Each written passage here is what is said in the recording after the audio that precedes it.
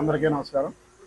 ఈరోజు దేశానికి చాలా బాధాకరమైన విషయం ఏంటంటే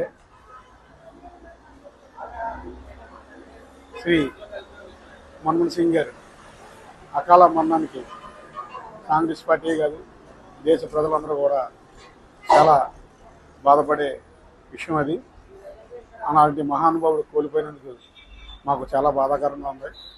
82లో ఆయన గవర్నర్ చేశారు, ఆర్థిక మంత్రి చేశారు, ఎన్నో పదవులు పొంది కింద స్థాయి నుంచి ఎదుగుతూ వచ్చి దేశ ప్రధానిగా ఆ రోజు కాంగ్రెస్ పార్టీ సోనియా గాంధీ గారు మీరుంటే దేశానికి ఉపకారం, దేశానికి మంచి జరుగుతుంది అని ఒక సంకల్పంతో ఏ స్వార్థపూర్వకంగా లేని వ్యక్తి అని చెప్పేసి దేశానికి ప్రధానంగా చేయడం, ఆయన వెలలేని సేవలు అందించిన మహానుభావుడైన బలుగు బలహీన వర్గాల వారికి నిలబడిన వ్యక్తి. అంబేద్కర్ గారి తర్వాత ఒక మాట్లాడుకునే వ్యక్తి ఎవరన్నా ఉన్నారని అంటే అది మన్మోహన్ సింగ్ గారే, గర్వంగా చెప్పుకోవచ్చు.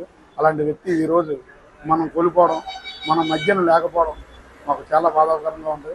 కాంగ్రెస్ పార్టీ తరఫున మేము ఆయనకి ప్రాణాల సానుభూతి తెలియజేస్తూ మేము నిజంగా చాలా బాధపడుతూ ఉన్నాం. ఆయన అకాల మరణానికి మేము నివాళులు అర్పిస్తూ ఈరోజు మేము ఇంకా అలాంటి వ్యక్తిని కోల్పోయిన వ్యక్తిని మేము మళ్ళీ తిరిగి తీసుకురాలేము. ఆయన ఎక్కడున్నా సరే ఆయనకి ఆత్మ శాంతించాలని మనస్ఫూర్తిగా కోరుకుంటాం.